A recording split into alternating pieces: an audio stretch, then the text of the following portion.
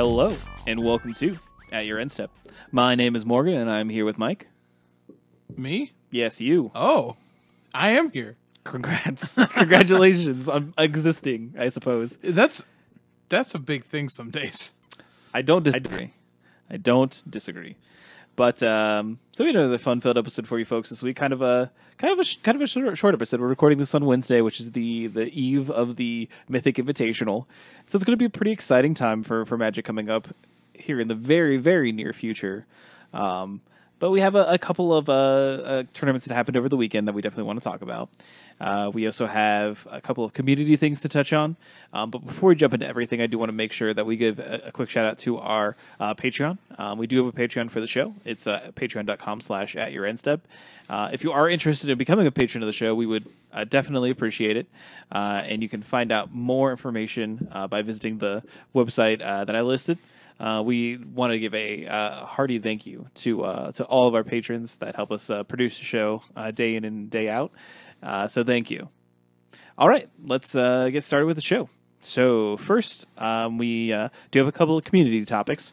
The first one being that the War of the Spark spoiler season is going to be kind of interesting. We already knew that they're going to be spoiling every single card from the set, which is not typically how they do that. They usually have the end of the spoiler season sort of info dump where they just have all the cards in the card image gallery. So for this one, they're actually, how they're spoiling it is going to be pretty much centered around the story. Basically what that's going to look like is when they release sort of sections of cards, they're going to be all pertaining to a particular like story point during the kind of spoiler season, which is pretty interesting. And then there was something about what like I forget how they put it. There's going to be like a. It's not like an Easter egg hunt, almost like an adventure across various websites. Yeah, to get your little fix for the day. Right. So I think like that's pretty interesting. And it'll be a little bit more. It feels like it's going to be a little bit more involved than your typical spoiler season. And I mean, it starts Sunday technically. I think. Yeah, I this think, weekend sometime. So we're gonna get card dumps on Sunday from PAX for sure. Yes. And yeah, we'll definitely go from there. I think it'll be interesting because the idea of like giving some story elements to each of these. A lot of these planeswalkers we just haven't seen in a while. And I think it would be nice if, at least for each of the planeswalkers, we get at least a little bit of a hint of like, hey, what were you doing? Like, what have you been doing? So, yeah, because I think again, Sorin should be in a rock, and we don't know where people like Nahiri or Kiora went. We know that like Sarkhan and I'm gonna forget what's I can't think of her name. We always forget. It's Narset. Thank you. Narset like talked to each other and like we're hanging out the last time we saw him. Like I don't know. It'll be interesting to see like what they say has been going on and why they're coming. Like why are they coming to Ravnica? Like, is Johnny that good? He's just like, hey, we've never talked before, but I sense a power in you. Sure, and like even if you went like through the Johnny angle, that would only work for the sort of friendly planeswalkers. No, everyone's like, ooh, kitty. Yeah, I mean, I understand that good or bad, people have affinity for cats. Those Puss in Boots eyes, and they're like, clearly. Yes. Yeah, this time Johnny's going to be animated solely by DreamWorks SKG, and voiced by Antonio Banderas. It's weird, but it works. I fought the Johnny. Is my Antonio Banderas now, any good? See, we're just getting set up for when we go to our next set and our next theme when Garrett comes back and he's voiced by Mike Myers.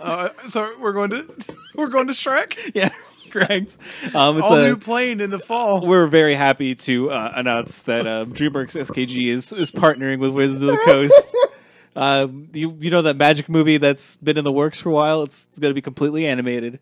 And then, of course, the next plane they go to is the plane where you have the... What is it? What is the name of that place? I cannot I know remember. The town is called Duloc because of the song, yeah. so it's Dulakia.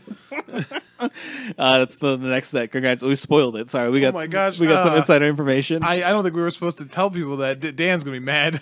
Well, Dan's going to be so mad. it's just so good. It's just too good. It was going to happen either way. I mean, the story of how Shrek's Planeswalker Spark ignites it's a tearjerker. it's, it's traumatic. Donkey dies.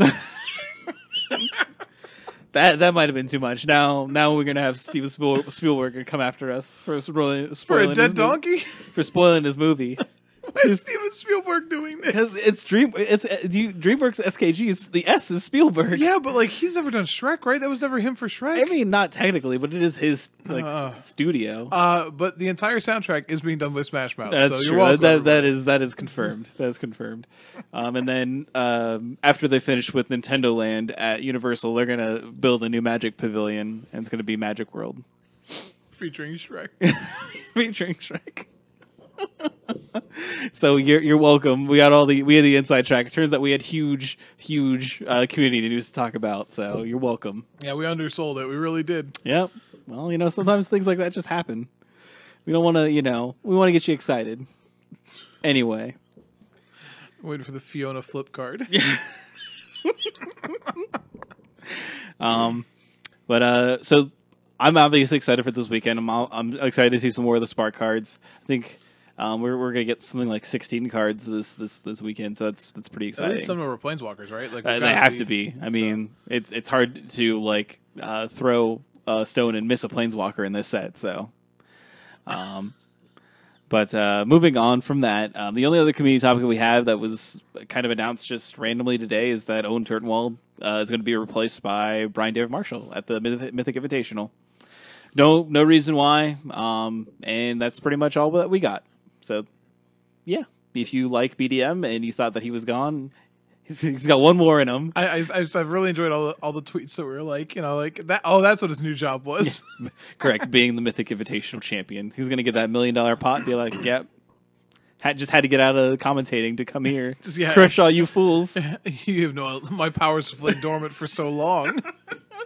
It turns out we were only getting 1% BDM, and we're gonna get the whole 100% this weekend. BDM's career arc is the mind meme or the expanding brain meme, like Correct. whatever. Correct. Oh my gosh. So that'll be kind of an exciting wrinkle to happen starting tomorrow. So it's already tomorrow. Already have happened when you hear this. Correct. Neat. Unless he's still going, unless he's fighting through. I love it. That's fine. More power to him. Send him your energy. Which also, if you haven't seen that tweet between Gabby Smart and LSV is fantastic. LSV on Twitter throughout this whole thing has been talking the most trash to both his current partner and to Cedric Phillips, who's his first round opponent, and it has been awesome. It is well worth just going and reading. Just go take a little field trip to Twitter. I know it's a dangerous place, but at least look at Gabby Spartz, LSV, and Cedric Phillips. Oh my gosh, so she was like, "It's like give me all your energy for the." I'm very sorry, it's my dog. Easy Rush. Give me all the energy for the Invitational. He's like, I'll also be the Invitational. I do not require any additional energy. Oh man, it's very good. Very, very good. All right, so that's everything for the community. Let's go ahead and move on to competitive. Actually, before we do that, of course, want to give a shout out to our lovely sponsor, Comic Town. Again, they if you were tuning in last week, we of course gave a shout out to them having a upcoming Standard IQ in April. So be sure to keep an eye on that. Check out all their other upcoming events, including pre-releases for War of the Spark, which are definitely going to be happening as well. But you can make sure that you're on top of all of those by going to worldofcomictown.com or visiting Comic Town Gaming Center on Facebook. All right, so we, of course, had a couple of tournaments over the weekend. We had GP Kyoto, which was standard, and was won by... Let me pull it up. I know it was a Red-Green Warriors deck. It was. It was Gruul mid-range. Yeah, I'm excited about this deck.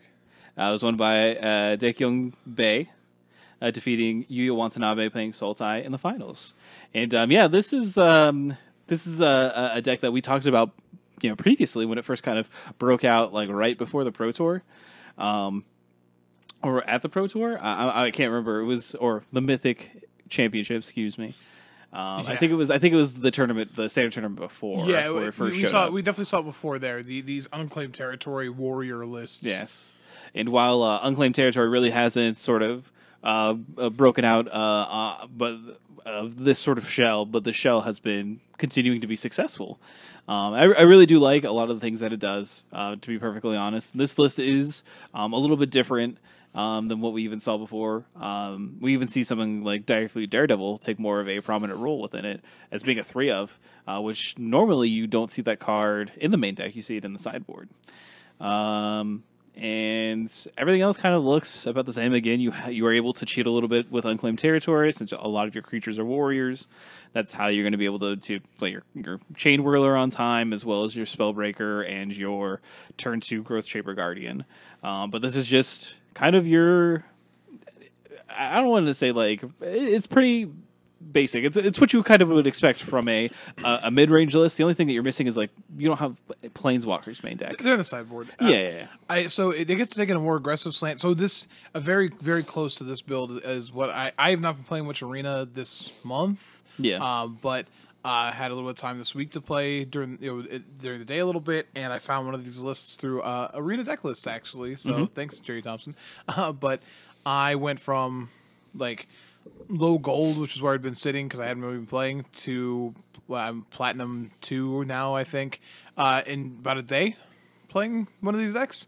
And the main thing is that the way they're constructed, one, they can be pretty aggressive in the main.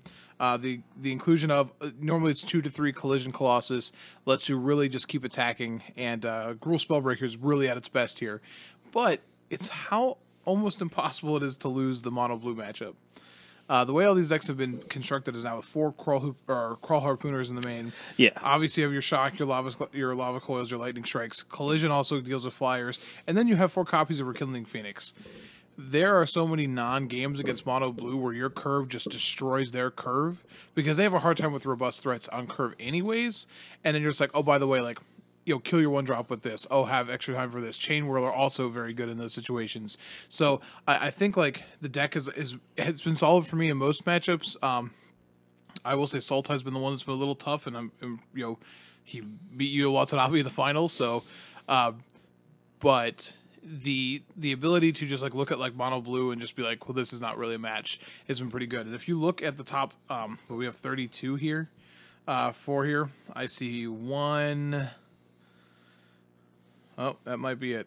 1 copy of Mono Blue in the top 32. Yeah, it's the 31st place. It's the 31st place. Yeah. And there's a lot of this Gruul aggro, along with a ton of Mono Red aggro. So the room decided that Mono Blue was not going to win this tournament. No. There are a lot of whirly boys hanging out, swinging the chain. Oh, man. So I thought that was... I think it's interesting. Like, the deck is pretty good. And the one thing I've been impressed with was I thought the control matchup would be worse. But Gruul Spellbreaker has done a lot of work in those matches. You put, especially opponents who have Teferi in awkward positions often, because they, them being unable to interact with Spellbreaker lets you get attacks in that I think a lot of other decks would not normally get an attack in, and put them into positions where now you can burn them out, or now like they have to play around Collision, and Collision as a pump spell is really really sweet with Spellbreaker because it can't be interrupted. So there's as I've been playing the deck, I've really enjoyed finding out those lines where it's like, oh, I just get to do this. This is nice. So and the deck has a surprising amount of card advantage too. Obviously with Growth Chamber Guardians, but the sideboard packages are pretty robust. So yeah, I really liked it. I would say that this list has a Domri in it. I would just play a Karn. I disagree. Really? I was playing around with the number of I tried maxing, not to say maxing. I tried 3 Domries at one point just like to see, and there was too many. But I almost never wanted the Karn. The Karn never feels like it does enough to impact the board.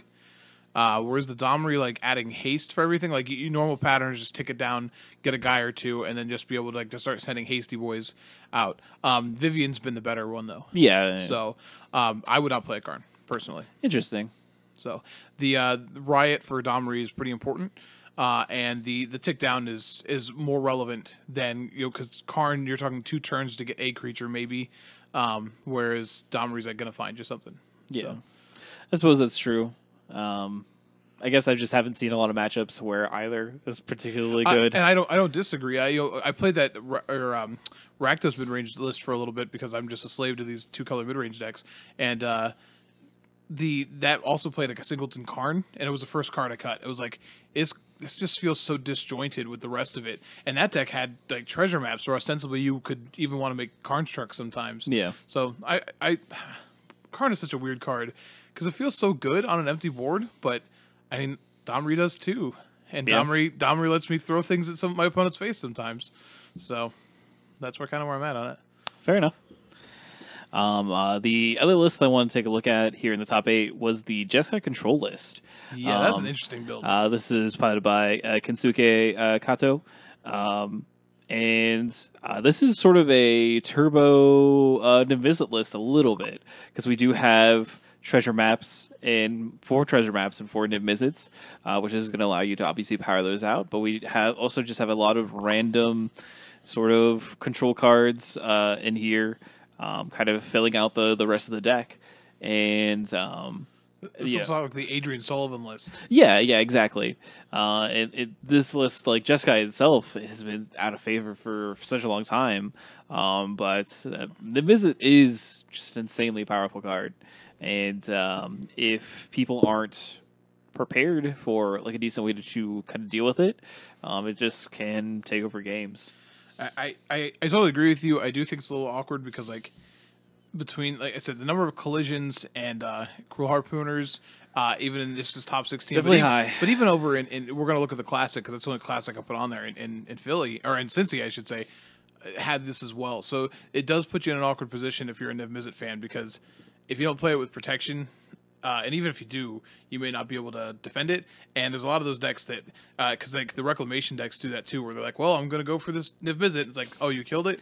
All right, well, next game. So Yeah, and I think like if this was the only thing that this deck was doing, sure, that would definitely hold true. But it just being also kind of a control deck allows it to maybe get like turbo one of those out. You have the tap on your turn to deal with it, and then they get to resolve a Teferi or something like that, and to keep up protection for it. And that's actually what the game was about. The Niv-Mizzet was just a trap or something like that. So again, very very similar to that sort of meta breaking Adrian Sullivan deck. So these kind of strategies are still playable for sure, but it is the only Jeskai list I think in the top 32, and like the only one top 32, and the only one that I've seen in a very very long time be successful. Yeah, so. Niv-Mizzet is slotted more into Teamer, and we have a couple of these Teamer Reclamation decks as opposed to this. So, interesting metagame over there. Just because again, Mono Red has been kind of gone for a little bit here, at least in large paper tournaments, and it had a show of force here. And we've seen it become Gruul aggro. Like we have just straight up Mono Red here in a lot of cases. And Mono White really doesn't have a showing. Only one list in the top 32 as well. So a couple of the decks that have been kind of staples of the metagame got really crushed at this GP. Or just potentially just not present. Maybe that's true the as metagame well. in Japan is just a little shifted than what we see in here in the States at an Open or something like that. Sure. The other interesting deck that I just saw was the Mardu Aristocrats deck, piloted by Mufan Shi. And I've seen a few of these lists kind of pop up here and there, and they are like Hero Precinct 1, Judith, Scourge Diva, sort of sacrifice based, creature decks that are kind of grindy, and I really like these decks. I think they're so cool, and I just wish that they could be like there's something missing. Like I don't know what's missing from them to really make them sort of this sort of consistent powerhouse. And it really surprises me because they're so synergistic. But maybe there's just something that I'm trying to identify like what they kind of fall to, I guess. I don't know. I'm not saying they're like unbeatable or look like they should be unbeatable on paper, but they definitely look like they should have more game against. I mean, we saw one of these lists do pretty well at the the Mythic Championship, the first one. We talked about it then, and I do think the problem is that some of the individual cards just aren't good enough. Like when your deck starts with 4 Footlight Fiend.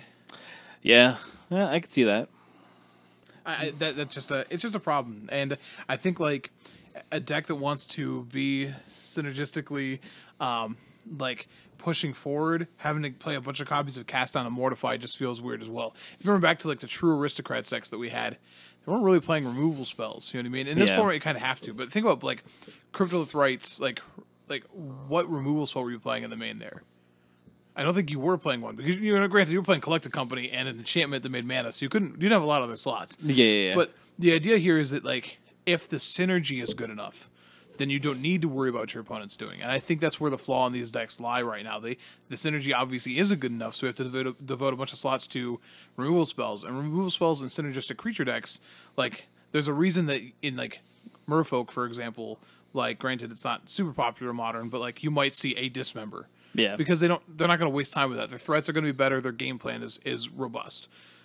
This deck being a Footlight and Fiend deck, like your hand could be 2 lands, 2 Footlight Fiend, a Gutter Bones, and a Mortify. And what are you doing? How are you constructing a game plan there? And I think that's why these decks aren't more popular.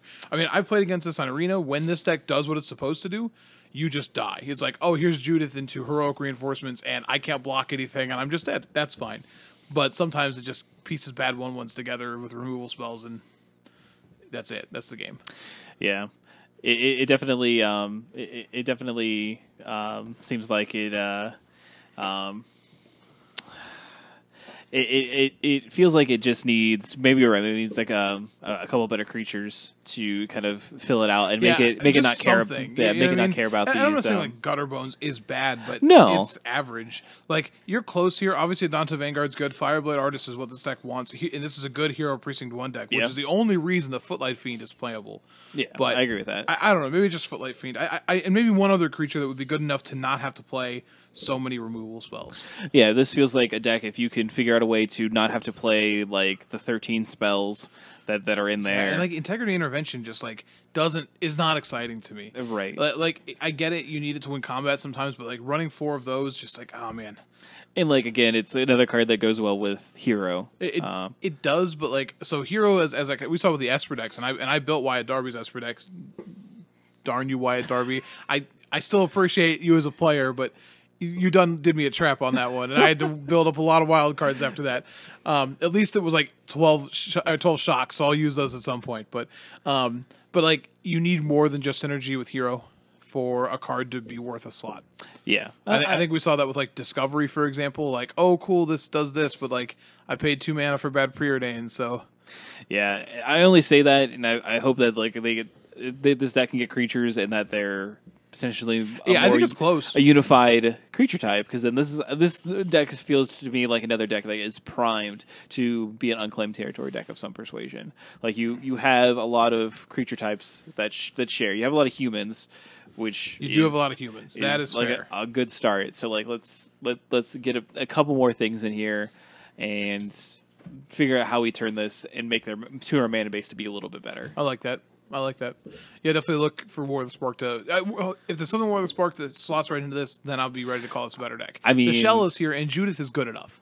Like, I know she hasn't seen a ton of play, but that card is good enough. Yeah. So the tough thing is like you want to be excited because you're like, oh, maybe we'll get some new Planeswalker or something like that, but it's like then you're adding more non-creature things to your deck. Right. So it's now, just if it makes like tokens or something, sure, but even like tokens don't really do what you want with Judith either. So yeah.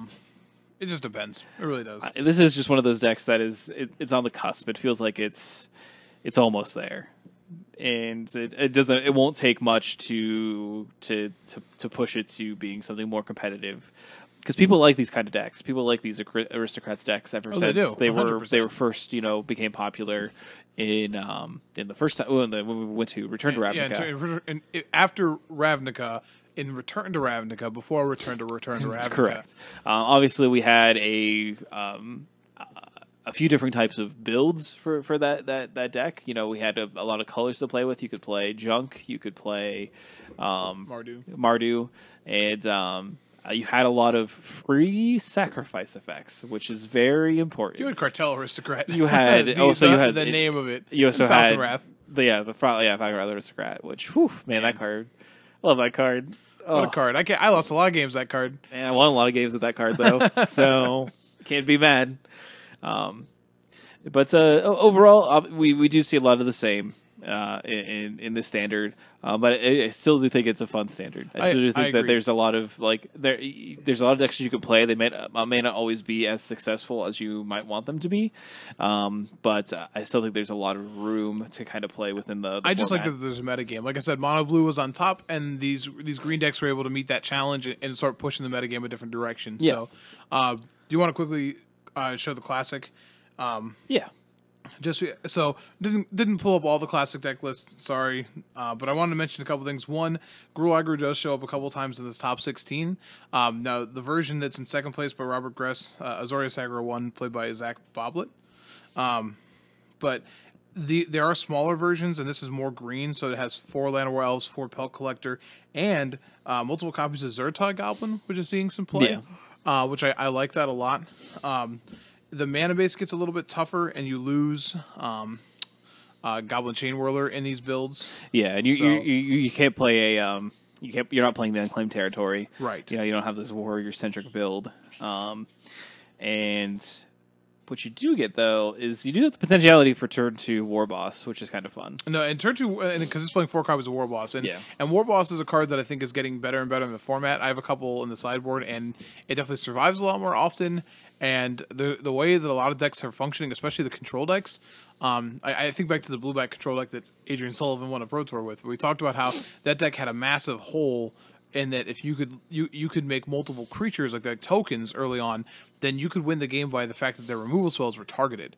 Yeah. The Esper decks, for example, they have Kaya's Wrath, but if they don't have Kaya's Wrath, then they're paying they have to hope they have a bunch of cast downs and not Vraska's Contempts because you have 2 goblin tokens that are just going to keep attacking. Right. Now, the shift over to Cry of the Canarium affects that, It does. course. It certainly does. But, you still have to, I like the idea that you can present enough threats to make them have to present the right answers. Right. And even then you got a stew. You know what I mean? Yeah, and even that, when you take a look at that, you are going to still be playing some number of Collision Colossus post-sideboard just to deal with Lyra. Yeah, you have to.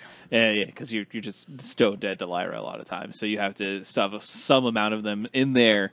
So you could theoretically construct a turn where you get to save your War Boss even through a Canarium. So there's a lot of or a Moment of Craving. Yeah, exactly. So there's a lot of play still with the kind of the spells you have still left in your deck. I also wanted to mention Naya Angels. Yeah, I saw that was in 5th place, spotted by Justin Stigger.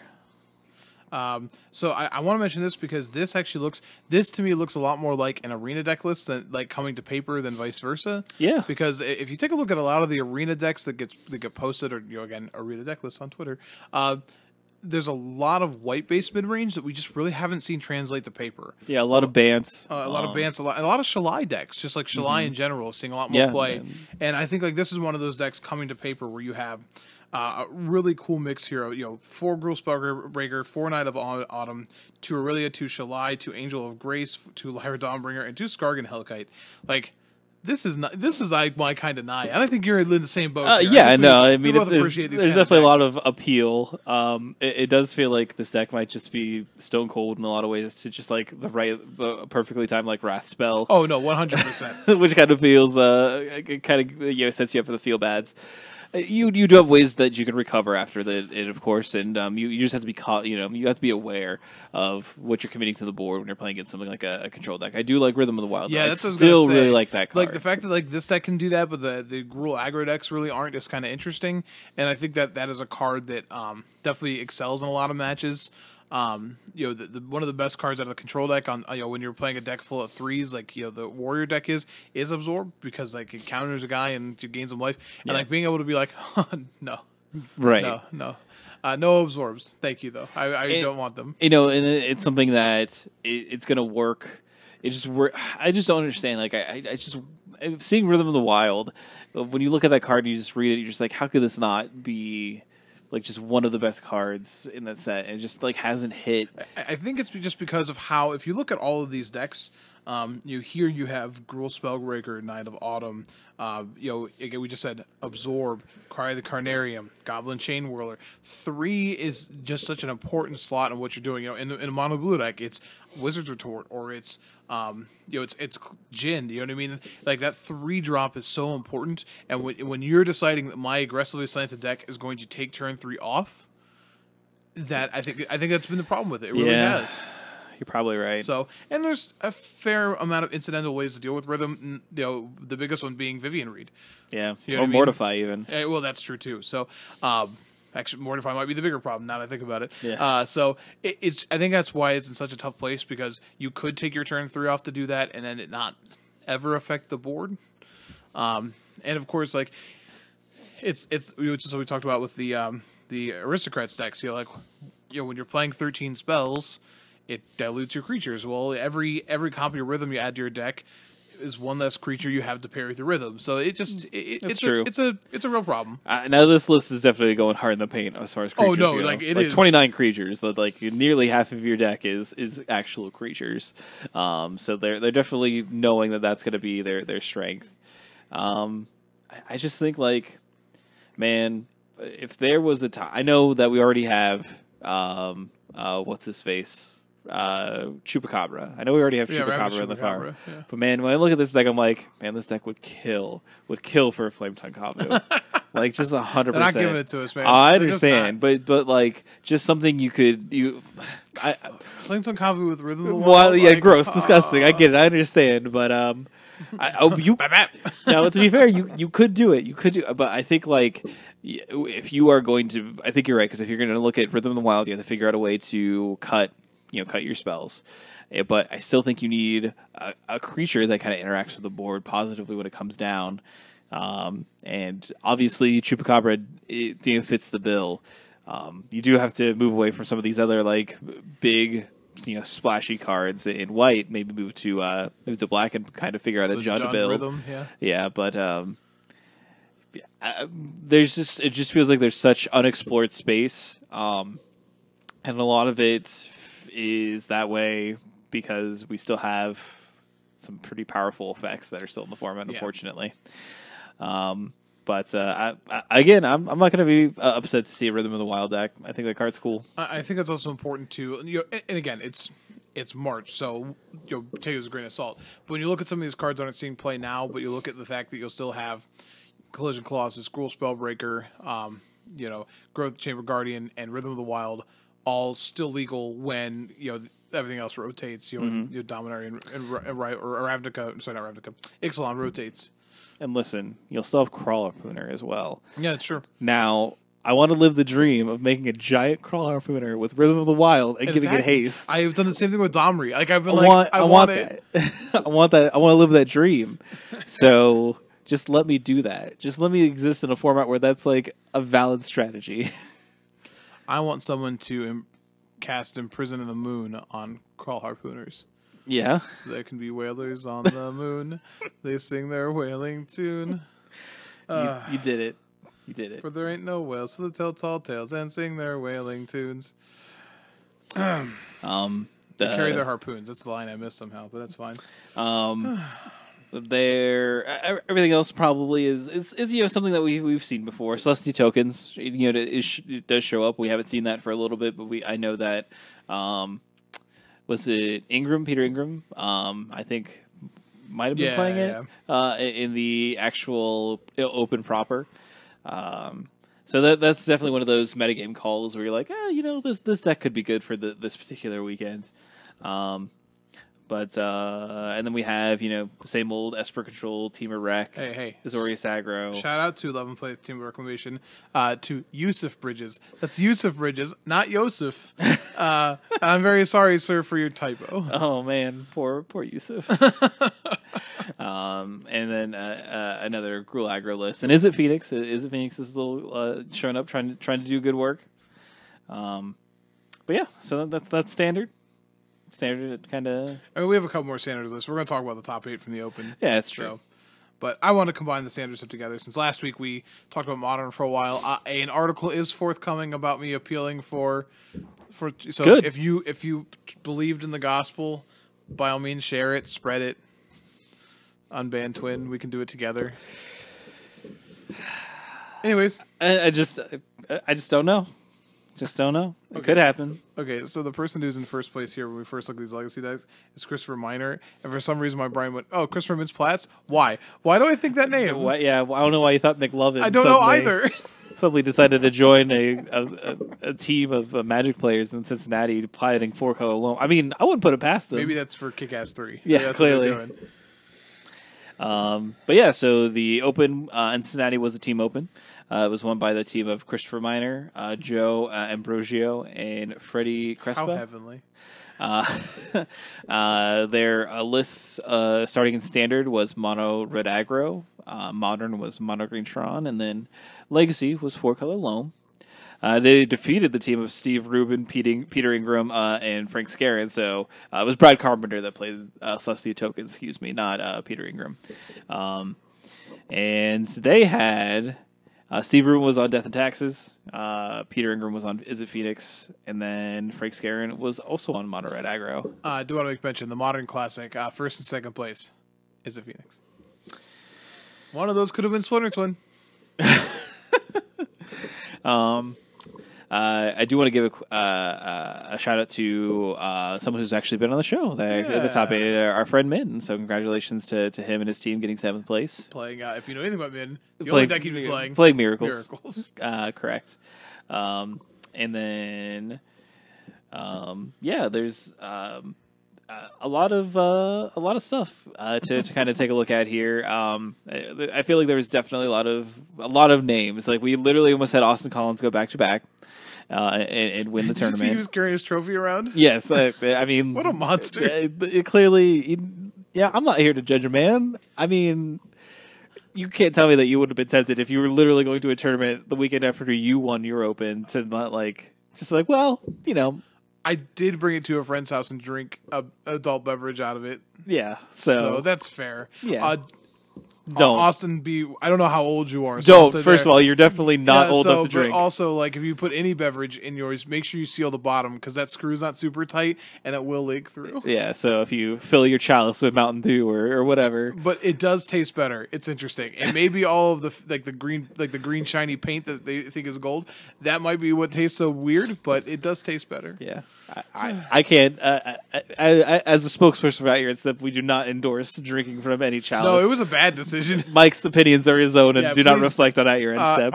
Our official stance is choose wisely.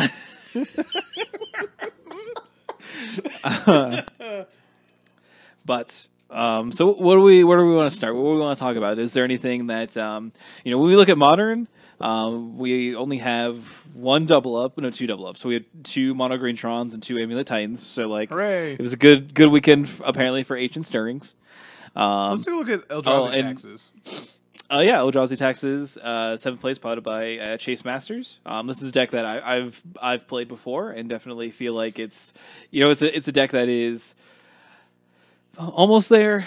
This definitely wasn't the top 8 for this deck. No. Even though it was a team format, the big mana strategies are a little tough here. Sometimes you can arbiter them, but I will say though, when you look at some of the other decks that have been popular recently, including even Is It Phoenix and Death Shadow, I don't mind being the pilot on this deck. No, not at all. Thalia is rough on a lot of decks, and just having access to that is pretty good. But the synergy here is pretty powerful.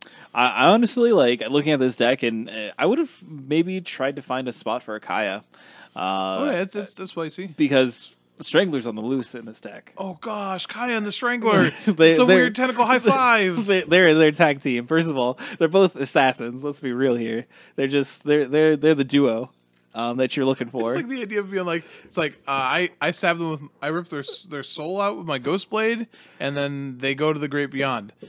I strangle them with my tentacle. So here's the weird thing though, is I'm really sorry, bro. I felt creepy saying I strangled them with my tentacles, so I'm very sorry. So Kaya kills the ghosts, and then the Strangler processes them and puts them back, right?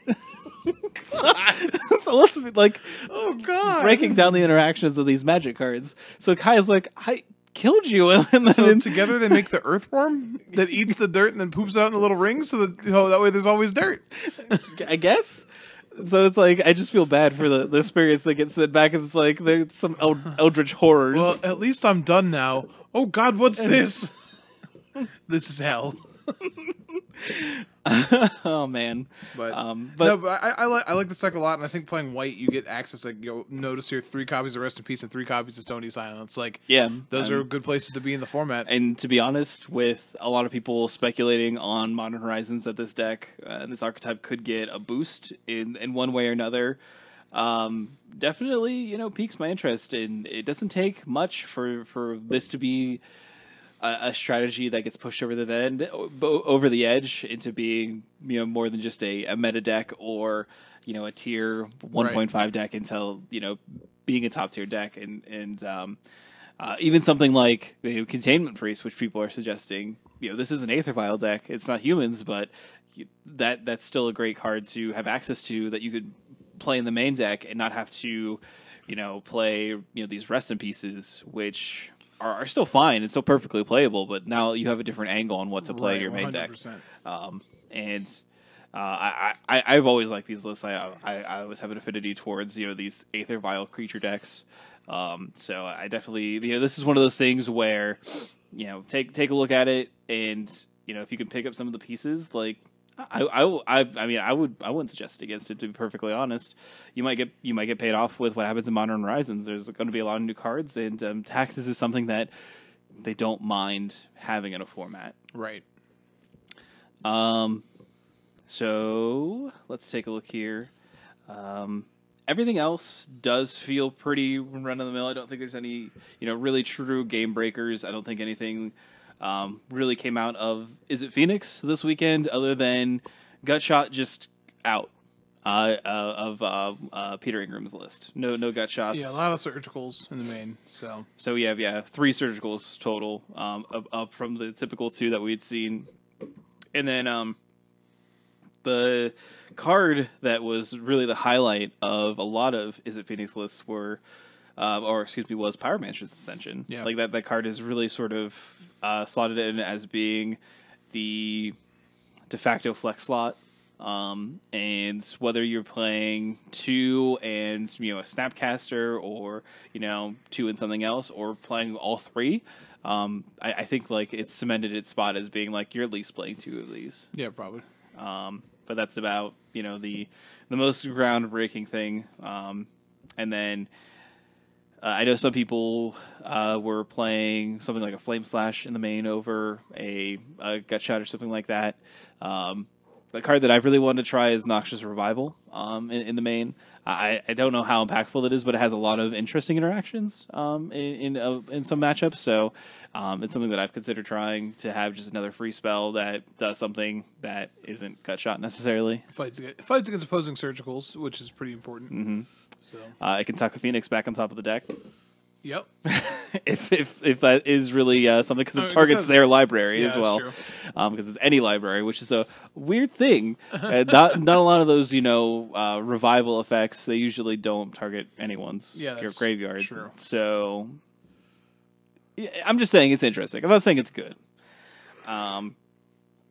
And looking at standard, I don't see anything that really jumps out at me. We talked about a lot of these decks already. The most notable thing, obviously, is Mono Red being first and second place, I think. Yeah, Mono Red just having a resurgence, and again, Mono Blue kind of being shut out. So we've seen a pretty large metagame shift here in the last few weeks. And I think like these lists, they're not trying to move into green for anything.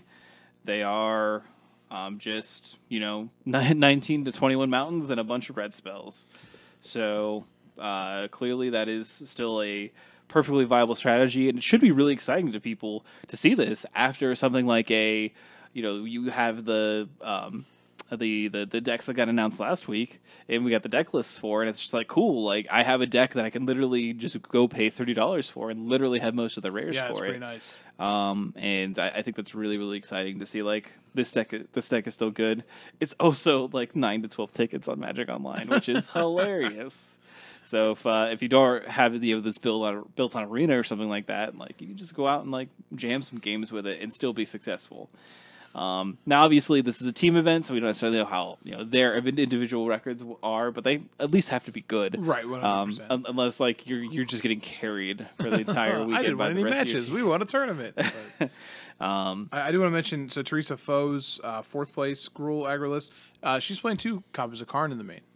Yeah. So I thought it was kind of interesting. I really didn't like Karn, but maybe in the main here is where you want it to be, just to keep giving you a steady stream of things. Yeah. I know see that. I've had Treasure Map on the board, and some people tried Treasure Map, but this deck doesn't feel like it had, again, turn 3 being so important, it doesn't have the natural stopping points that you want for a Treasure Map deck. So it's interesting to see. I agree. I wish I just had Chandra Torch Defiance or Chandra Power Master. I would take either one. Man, stop suggesting like just Cards that make me very happy. Yeah, I know. just amazing like red planeswalkers that could just really seal the deal Again, for us. maybe we'll get a new Chandra on Sunday. Maybe she'll be good. Maybe. Or it could be Jaya. I won't judge. It could be Jaya. Heck, give us a better Domri. Yeah, I forgot about that. Yeah. Cool. 2 mana Or- Domri. Is Samit in this? Yep, Samit too. Jeez, we're gonna have a I have no plethora. confidence. I mean, we're getting Hawatli as well. I have no confidence in But most I think, of these red I think planeswalkers. Kawali's probably confirmed like green white. That's Oh, I mean, not she's technically. not red anymore. I mean, she could Could be be red Naya. white. Could be Naya. Could be Naya. Who knows? Like, I think they could really push for 3-color planeswalkers because I agree. Sarkin's been Teamer, and we already had Naya, and I mean, obviously Nicol Bolas is going to be Grixis. Yeah, that's so, interesting. I think it's so. I just realized this, but we're going to get another Ugin.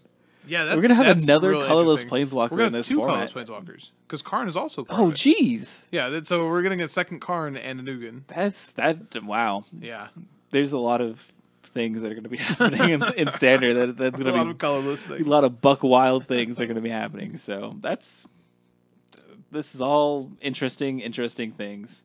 But I don't really have anything else to kind of bring up. I don't think we're going to talk about Legacy. No, let's move into the Mythic Invitation. I guess the only thing to say about Legacy is like Delver is really good. Terramander has made that deck not have to splash another color, and I think that is A big pretty deal. significant. Yeah. Like not have to be Grixis or not have to be anything else. Or Teamer is the other popular one. Right. So, and when I look at this, I'm like, they could definitely figure out a way to approximate this deck to some degree, not perfectly, but to some degree into Modern. And I think like if they can do that, then people can be okay with them, taking something away, like banning something from Izzet to Izzet Phoenix to. They don't have to do that. They just have to unban. So I know, I get it. I already solved the format, Morgan. We have to do this again. All right, let's move on though. Let's talk about the Mythic Invitational. So that's what is going to be happening over the weekend. It's going to be a duo standard format, which obviously is nothing that we've seen before. I linked the write up here. It was interesting, like trying to. So this is Sutcliffe trying to discuss sort of like the decision making in it, and there were some interesting conversations on Twitter about like, should you have a sideboard for your deck? Like, what if like your opponent's playing Masterminds Acquisition, and then you have to have Direfleet Daredevil with their Masterminds Acquisition? What would you go get? Like, and that's like funny, like to think about, and I guess it's next level. That's fine, but I think it's interesting to see like what people are going to do with this and what the decision making process looks like.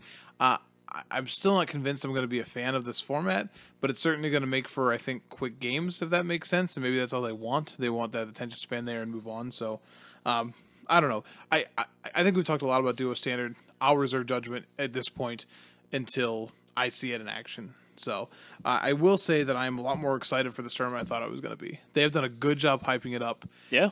Complete with brackets. Now, Morgan, I know that you are not the most sport-oriented person. I have tried really hard, and you've come a long way. Yeah, I definitely have gotten into a lot more sports.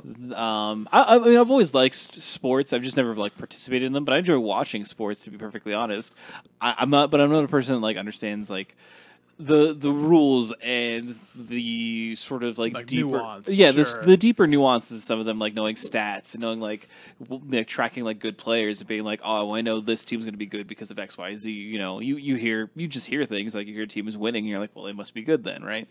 So I don't have the nuance. So like doing something like a bracket for March Madness or anything like that is without being completely I random. will say, don't worry there. 99% of the people who do a bracket for March Madness also have no nuance for college basketball. I'm not a college Basketball Savant, and in my current bracket that I'm doing through work, I have picked 14 of the 16 Sweet 16, and I'm in first place right now.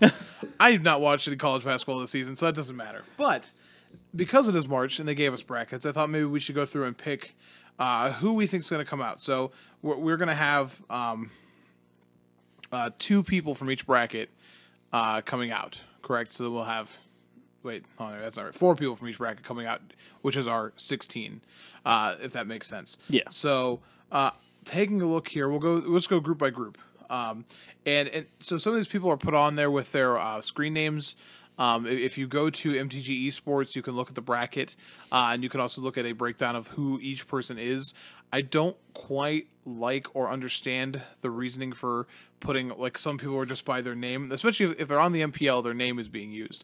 But if they're just a streamer, then their screen name is being used. And I don't know why you couldn't put both there. That is the weirdest thing in the world to me. Like, why is, I don't know, Thiz, THIJS. I don't know who that is off the top of my head.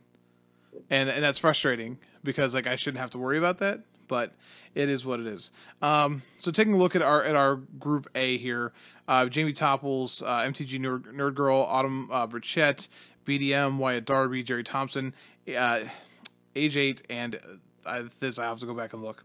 Javier Dominguez, Ken Yukihiro, Luke, Alexander Hain, Yu Watanabe, Jess, I think it's Jessica Stefan, as she's from Australia, Andre Strosky, and Matt Nass. So you got to pick 4 out of this group. Who's coming out here? He's going straight BDM, just BDM all the way. He's got the littlest little kid luck that's ever little kidded. I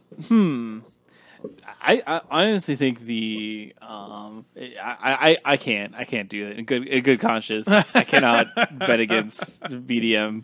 Bet against Autumn Lily, Autumn Burchett. So I definitely think she's been on quite the heater. Yeah, I think they've been on the heater. Yeah, they're definitely going to be the victor in that. I have played against Jamie Topples, so I'm going to vote for her. She's very nice. She is very nice. Age 8 is Andrew Ellabogan.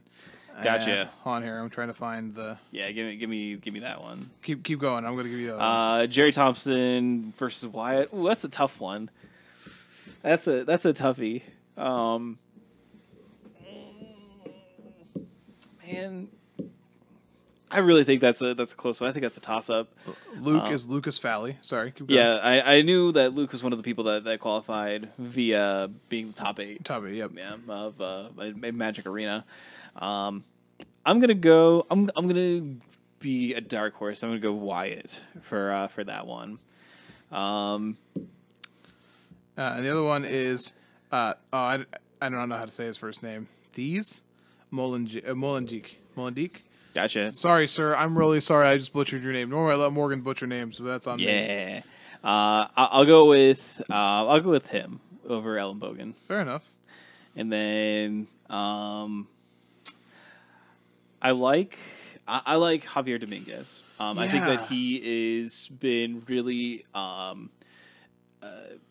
involved in Magic Arena, and that like he has been someone that I see being active on the platform and being competitive in the format and invested. And not to say that Ken Yukihiro isn't. There's definitely more of a language barrier. I also don't follow Ken Yukihiro on Twitter. I don't know if he has a Twitter. So I get a lot of my information from that, but I do see like Javier Dominguez get tweeted and retweeted and things like that. So I think I'm going to go Dominguez. And then Luke versus Alexander Hain. I'm going to go with Luke because, wow, that surprises me. 100%. I 100% agree. I know Hain has also definitely been someone. Is such a good technical player. Like in a tournament at large, I don't know if he's the guy you pick, but in a 1-to-1 matchup, man, I like Hain. I think Luke is definitely someone that. I'm always inclined to pick the people in that had to win their way into the Mythic Invitational. That's fair. And that is not necessarily obviously a scientific way to pick it, but I feel like that grind, like that amount of investment and time into the playing arena to get your way here is invaluable. And those people they have to be the only people that have had that particular experience that are going to be at this tournament.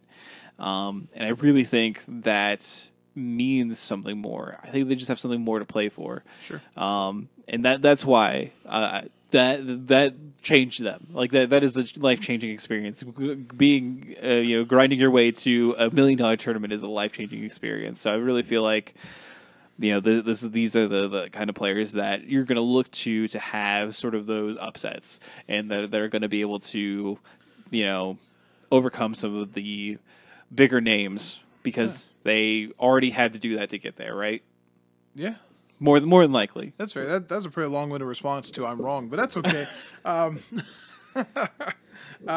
Yu Watanabe, and again, it's Jestefan, but Australian GP winner. I think this one's tough, but I have a hard time picking against Yuya, right? I think like just for the history, just for the and that's just for the sheer tough. fact that he literally just top-aided literally, GP last week. And that feels tough because I think like some of these players who are like their results are either newer or again they weren't part of the MPL. Like I know for a fact my opinion is jaded because I know Yuya's name. Yeah, right? it's impossible to kind of be biased in this sort of thing. I think like so one of the things that like they sell you unbiased, excuse me, during like March Madness is like, oh man, could a 15 or a 16 beat a 1? And like it doesn't happen often. But if you watch the games, like they're games of basketball. Like it's not like I think people view like 1 versus a 15 as like oh okay, like it's gonna be like 70-20 and these people. That's not how it works. No, and I think like when you look at like this tournament, it's even closer than March Madness is, where it's like I'm gonna pick Yuya, but in any given match, you know what I mean, like. You just don't know what's gonna happen. I think that's why I like this format so much. I just wish they weren't playing duo standard. But I do like the hype for this and doing. Anyways, go ahead. We have one more on there. And then we have Ostrowski versus Matt Nass. That's tough. Yeah, that one is tough. I think I'd lean Nass that way. Yeah, I mean, like at the very end, you'd be like, I'm just gonna vote patriotically and vote for Matt Nass. I think I just want to go through and give my 4 coming out because these are like quadrants. So I think I'm going to agree with you, and I think at the top of this first of Group A, I think that Autumn Burchett definitely comes out. Yeah. Again, they've been on such a heater, and I think and again BDM's just got thrust in here. He does not have the tournament preparation necessary, so like I think it's hard to envision him being able to win that first match. Yeah. And every easier win is going to be a big deal here. I think out of the second section here, I think I want to take Wyatt Darby, and I feel bad going against Jerry Thompson, but you mentioned like arena focus, like Wyatt's a guy who's just, again, also been a pretty good heater and just plays really well. I will agree with you and go Javier Dominguez out of that next group, though. I think Hayne gives him a run. And I think that Matt Nass actually comes out of the bottom group. So I say I like Watanabe out of the bottom group, and that's totally fair. Again, that's the whole point, man. That's the point. That's the beauty of it. So that's what I want for A. The crazy thing about this is that every single group is just a straight killer. Like they're all just disgusting. You're gonna have to help me with some of these ones too, because I have to go back and look.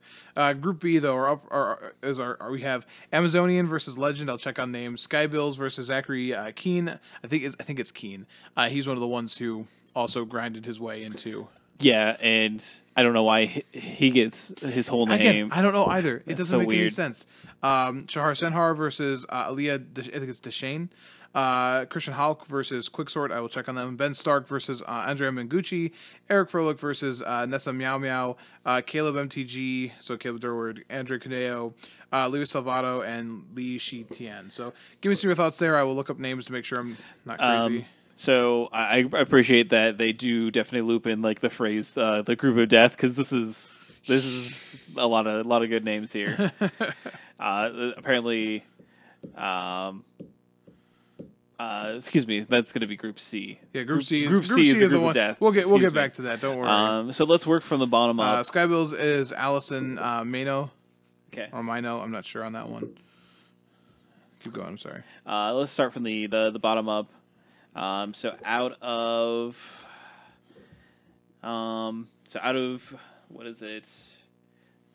Stark, Mengucci, Frolik, Nessa Mamiao, Caleb, Andrew, Luis, Li Shijian.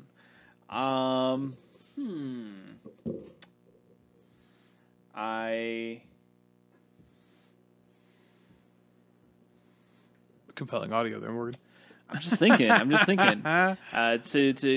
the top two from this, I'm a fan of.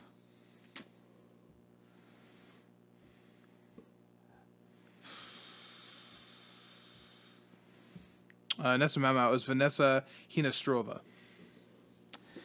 I think I like. Honestly, I kind of like Nessa as being one of them. Ooh, that's interesting. To be perfectly honest, I see I see Stark, Mengucci, and Frolik. I don't. Ben Stark and Frolik do not frighten me in this. I don't know why. No, I don't know why. they super don't. I don't mind that there. Mengucci though is tough. I think for sure, but I don't know if his head is in the game. Oh, interesting. I don't know. Like with this being such a weird format, I just don't know if it's going to be his forte. Okay, I always feel like he is more of a legacy person. He is more of a modern person. I don't know if Standard is where I see his pedigree. Recently, I'll say that recently. That's fair. So, and like most of the content that he produces is legacy focused. So he has to dedicate time to that. That's his job. Yeah. So if your job is streaming, all you're going to do is dedicate time to this upcoming $1 million tournament. And that's why I think someone like the streamer of the group, the streamer of that group, like Nessa, really has that advantage over some of these known players. But I wouldn't fault someone for leaning towards Mengucci as well. But that's kind of where my logic lies with that. That's fair. And then the bottom, I think I like Salvato. Yeah, that's fair. I think I'm actually I'm going to take Mengucci in the group we just talked about. I'm going to take Caleb Durwood out of the bottom. Interesting. I think that's a person who just pours sort of his heart and soul into all of these things, and I think that I think he's ready for this. I hope that he is very, very ready for this. So I'm going to go with him. Fair enough. Caleb Durwood.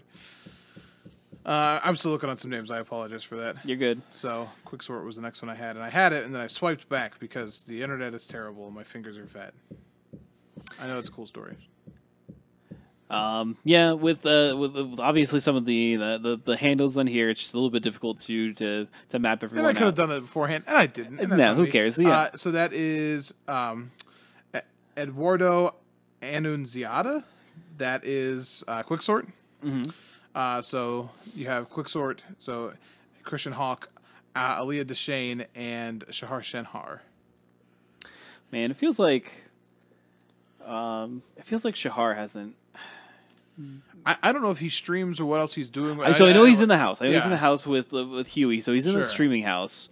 So I kind of like him. I kind of like him in that slot. Isn't Aliyah Deshane? Isn't she also one of the ones that came in through the top 8? I think. Yeah, I that might be a pretty good pick too. Plus, she's got that sweet Star Wars shirt. Yeah. And I noticed literally when I go through and look at all the profiles, like everyone looks like this, and she's like, "I'm wearing my Star Wars shirt," and it's like, yeah, you are. I appreciate that. I think it's a toss up for sure. That I think that's a tougher one. Just because I'm not as I know the Christian Hawk said good ones. I'm not as familiar with Eduardo. I just don't know him. Yeah. But that is an interesting group for sure. The top is another. There's a lot of streamers I don't know, and I feel bad for that. Maybe I should fix that, but I haven't. So there's only so much time in the day that I don't know how I could watch all of these streamers actively and be aware of all of them. You know what I mean? Right. So Luca Van Doon is legend. I said Amazonian's name, and I already forgot it because I've been sliding through a million things here. So I feel like compared to like even like Group C, this one is a little bit tougher to call just because of the streamers. Yeah, and like I think that's the exciting part Amazonia about has them. Amy D'Amico. So the last one I've got to look up there is, I don't know Sky Bills. Do you know Sky Bills? I don't. Is it? Tell me it's a duck. Probably not. Oh, okay. They don't make this very easy to get through on mobile. I'm being very honest. I'm trying very hard to do this. They don't make it very easy on mobile. I'm so sorry for creating death audio. That's right. People love us for this. They do. This is real time. Sky Bills is Allison Mino. I said that already. I'm terrible. I don't know. Like, again, there's just some streamers I haven't really watched. Again, I know knowing that Keen pulled himself like in via the top, the top one or top 8, I should say, on for Mythic. Yeah. Probably makes me lean that direction, just like with Deshane. So maybe that's the direction I'll go. Yeah. I'll agree with that. That's who I was gonna kind of line in. I'm gonna line with those people more over some of these other ones, just with the sheer fact of the grind that they had to go through. Yeah. So now we move on to the Group C, the group of death. Where we have why I don't understand like Yellow Hat obviously Gabriel Nassib. Yeah, why not just put Gabriel Nassib? Come on. Because Yellow Hats, man. And then we have Brian Brunduin, and then it's Shota Yasoka, William Jensen. I don't know who Muffin Pastry Pie is. Okay, I would like, yeah, Muffin Pastry Pie I'm versus trying to look here, but that one. Versus PV. And then we have John Rolfe versus Muffin Pastry Pie is Ashley Espinoza. Okay, Ashley Espinoza. John Rolfe versus SJWS Zhao or Zhao. And then LSV versus Cedric Phillips. Merchant versus Seth Manfield. Zhao is Jeffrey Bruzy. Jeffrey Bruzy. Merchant versus Seth Manfield. I just said that. Sav JZ versus Pterodactyl SFTW. I think it's Pterodactyls for the win. Pterodactyls for the win, yes. Pterodactyls for the win is Sheila Weedman. Okay. And then Reed Duke versus Mike Sigrist. And then the Merchant. Merchant. I'm sorry, that's not who I clicked on. That was. I'm trying, Morgan. I'm so. It's fine. So give me some of your thoughts on this one as I look up Merchant real quick. I mean, I'm excited to watch Reed Duke, Mike Sigrist. Yeah, I think right. that's a good round one matchup. Merchant is Connig Hawkins. Gotcha. And I'm gonna pick Reed Duke because I'm a Reed Duke stan. So like, doesn't matter. Like that's just easy to sort of just get out of the way. In LSV, those are my picks. LSV, Reed Duke, because I think both those people are great, and no disservice to their opponents. But I definitely want them to win out of their brackets. So that's where it's at. Sorry, Seti. Yeah, that's more than fair, honestly. Yeah, sorry. I'm gonna take BBD, getting some Revenger in the top portion. I'm gonna take PV in the middle section there, coming out. I think I'm gonna go with LSV, though Seth Manfield's pretty solid in that middle, Yeah. that tier. And then I'm sorry, bud, don't get mad. I'm gonna go with Sigrist. That's fair enough. I'm gonna go with Sigrist. Again. He's gonna be thinking of his daughters the whole time. He's ready to go. I said what I said. Said I'm Reed Duke stan. Yeah, it's fine. But I think that group's really tough, and I do think that like compared to some of the other ones, if you are a streamer in one of these groups, you probably get buried a little bit, and I apologize for that as I fumbled over trying to find names, anyways. But I think it's such a tough group. Oh, for sure. I'm so excited for that group just to watch it. It's so tough. And as we already mentioned, but again, like go take a look at how LSV has just mercilessly trolled Cedric. I will say this: if Seti P there gets the old upset on LSV, oh man, Twitter's gonna catch on fire. 100%. So it'll be very good.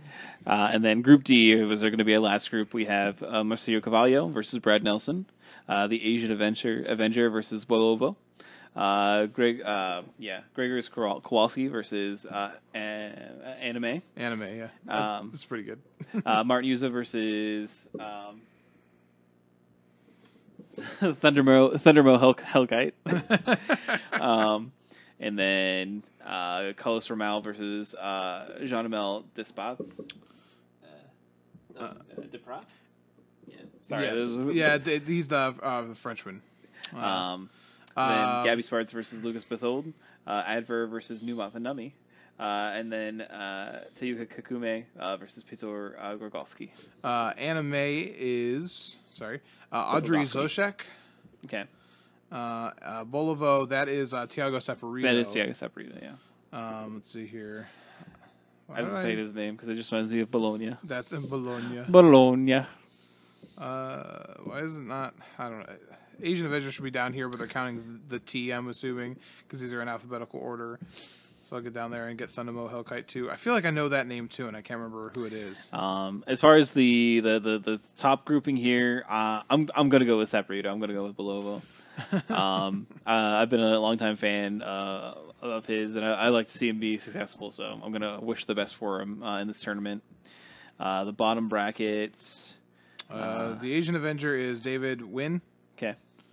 And Thunderbolt Hellkite is Matthew Moreno. Okay.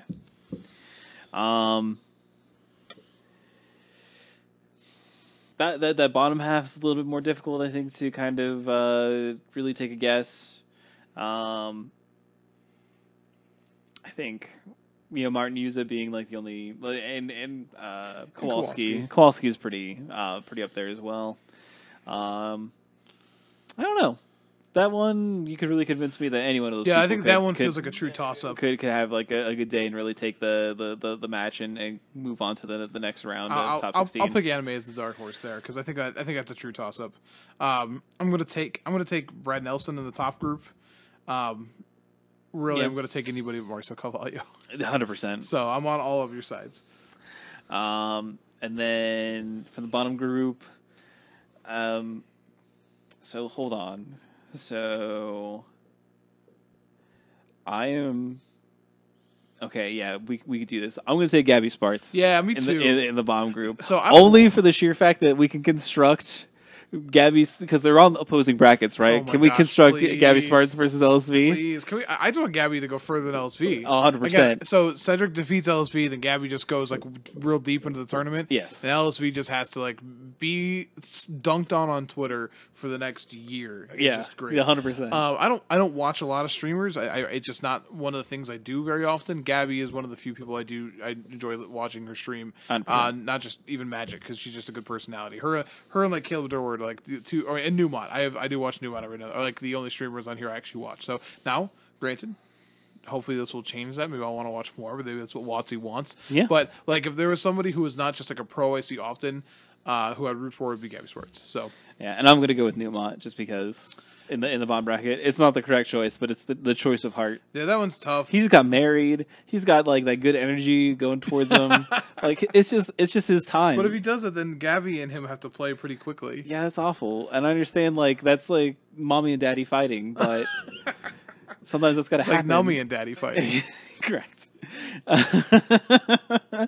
But I just anytime that Dumont is in line to receive a large cash sum of some persuasion for winning, I'm going to vote for him because he's just a long time fixture of like the streaming community for Magic, and I just want the best for him. I think he's definitely like. I feel like him as being part of like the old guard that has sort of like waved on this new, like he has waited for this Mythic Invitational. And Caleb Dorwood is also another guy on this list who's streamed for a long time. And I can't attest to the length of streaming for anyone else who I don't really know that well. But I know that like for the last few years, like Newmont's the guys it's always on. Newmont's always on. Yeah. And that it makes me happy to see him get this chance to be there. So I do feel kind of bad because it's sort of this one and done scenario.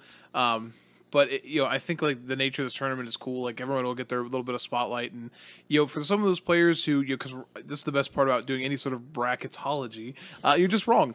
Yeah. all the time. 100%. And you get to be pleasantly surprised by that. You get to wear, when Reduke maybe falls, you get to wear that heartache for a little bit, but a new champion will rise. A soul will still burn. So That's true. The soul still burns. So I think like this is, there's still a little bit of things they could do better about this. Like, I apologize for listening to me fumble over names there.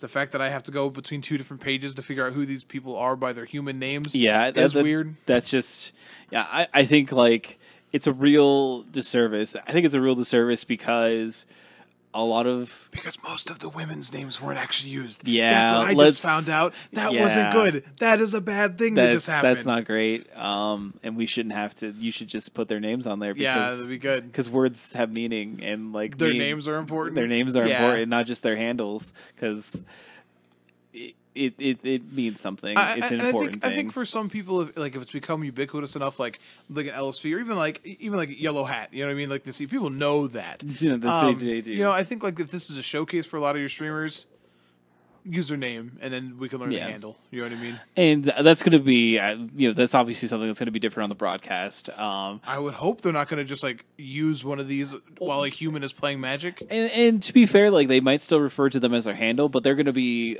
hopefully identified by their name as well. Name, image, because I think the one thing that's going to be a little bit different about this is because they're playing Arena. Yeah. You know what I mean? Is that, I'm interested to see what that looks like. Like, yes. Like, because I don't think, because we've seen a lot of Arena getting streamed. Have we seen head-to-head Arena restreamed really yet? No, I don't think so. Not in a central location. Right. So I wonder what the UI, what's the interface going to look like there? What's the output going to look like there? I hope the screen is clean. I hope I can see the names of both players, get a visual on both players. It doesn't have to be them currently, though it would be nice if it was them currently, because I like seeing that thought process, just like when they're streaming. Yeah. But I'm interested to see how they do that and how clean it looks, because I think Me too. that's going to be the sort of the last piece of this puzzle. The hype is here. The tournament is drawing people in. We've already seen some images. I don't know if you saw those on Twitter from PAX. There's a lot of signage for the Mythic Invitational. 100%. That's good. It is. So I think like if I turn it on and I go, oh, I can't watch this, that'll be bad. And I don't expect that. No, I expected this to have, at the bare minimum, the same amount of care put into it as a Pro Tour, and honestly, I would not be at all surprised if it is a better overall quality. I mean, it probably should be, because then a Mythic Championship. Excuse me. I mean, whatever. A Pro Tour, Mythic Championship, GP, Magic Fest. Who cares? Those are paper tournaments that have to have a lot. Like your feature matches are not the only matches going on. That's not true for the Mythic Invitational. Like, right. It should essentially be all feature matches all the time, and there isn't an additional tournament going on in the background. So this should have all of that TLC that it needs. So, and I don't, there's a lot of times we've been critical here or there. I don't think Watts is going to drop the ball on this. I think this is going to be good. No, I think they understand the significance of it. So I'm sort of, I have a weird feeling because we're recording this. So this is a Wednesday. You'll probably hear this, I have to assume, maybe Thursday or Friday, depending on Morgan's able to put it up. But tomorrow is opening day for baseball. And my ritual is to watch Major League and then watch the Indians lose opening day. The Indians have been a good team, and they're still probably going to lose on opening day. It's just how it works. But I'm also going to be watching Magic coverage at the same time, and I feel excited for both those things. Mm-hmm. So that's well done, Wizards. Well done. All right, so that's going to be it for the show. And apparently, according to the show notes, we're going to go back in time this weekend. I did not look up. I did not change that. It's the Mythic Invitational, and that's it. If there's another tournament, I don't care. It's the Mythic Invitational, and that's it. It's Cleveland, right? Is it Cleveland this weekend, too? Or is it next weekend? There's no way there's an Open this weekend. Okay, it's next weekend. I'm sorry. Star City's not that dumb. So, yeah, next Star City is Cleveland, but it's April 6th and 7th, so... At least it's not Detroit. So yeah, the Invitational is, in fact, the only thing that's going to be going on. So definitely tune in to see all the exciting things that are going to be happening with that. So thank you for listening to the show, of course. If you want to reach out to us, you have multiple avenues to do so. You can reach out to us on Twitter. It's at your end step. When you add us, it's at your end step. And then you can also reach out to us via our email address. It's atyourendstep@gmail.com or facebook.com/atyourendstep. If you're listening to us, feel free to leave us a rating or review if you can on whatever you're listening to us on. We appreciate it. It helps us get more listeners to the show, gives us some visibility, and we always appreciate it. Also, if you are listening to us via Legit MTG, thank you so much for picking up the show, and check out some of the other articles and, of course, the shop they have over there. Again, thank you to our lovely sponsor, Comic Town. Again, check them out at worldofcomictown.com or Comic Town Gaming Center on Facebook. And last but not least, definitely check out our Patreon, patreon.com/@yourendstep. But that is everything for us this week, and we will catch you next time. Have a great one. Bye.